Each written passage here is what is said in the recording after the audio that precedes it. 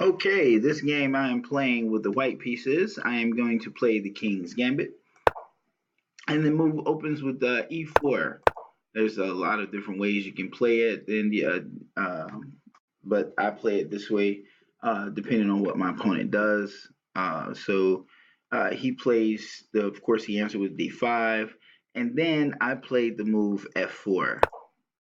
I took f takes e5, and then I immediately start attacking the pawn on the e file and opening up to control the center a little more.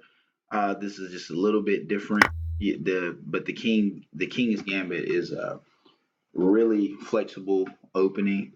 Uh, Once again, I replace that pawn, and now my opponent plays bishop d2, and then I block, and he brings in our castle, and immediately start harassing the queen. Now, right here, he wants to. Um, he took the white bishop. I don't think he really thought I would trade queens with him. Both our knights, the bishop's attacking my queen. I'm attacking his queen with a knight, and I don't think he thought this. I don't believe he thought this all the way through.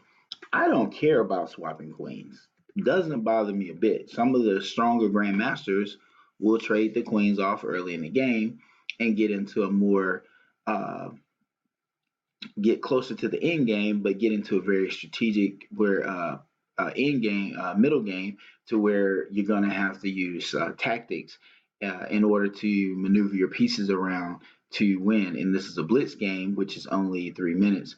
Now, mind you, this player is rated about 40 points higher than myself. So, but I'm not playing. I'm not intimidated by this at all.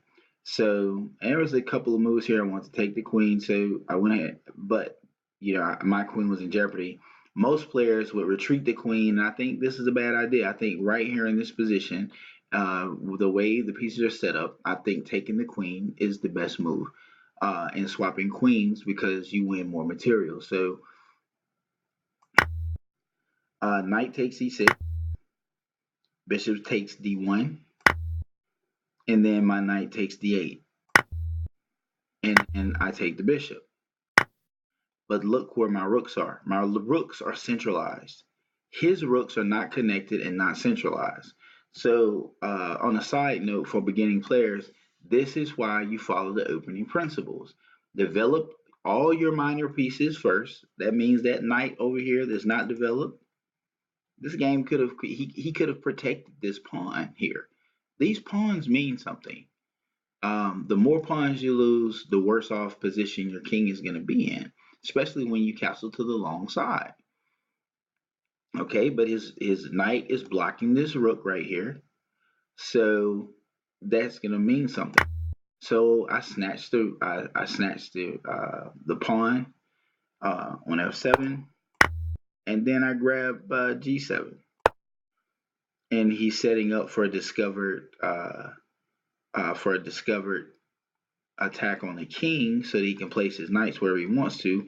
More than likely he would here, but I could see this coming a mile away. So why don't I just move my bishop to his knight, pinning his knight to where he never can get the discovered check, and then start attacking this knight because he puts the rook here, and that's fine. But I'm not gonna take this knight. This knight is pinned, so we've got two pins here.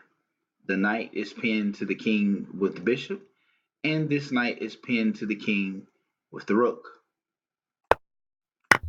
Once I take this knight, he resigns.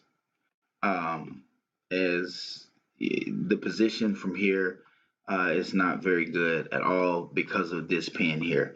So if he, from here, uh, it's just bad all the way. Because if he were to move the king and release the pin, um, then I would come here. Then I would move my king. And then if he were to take this knight, then I would take, and then he would retreat back. And then I would move the king over. I would lose this rook, but then we would come, I would come here, and then he would move, and he would take, and then I would get the king into the game.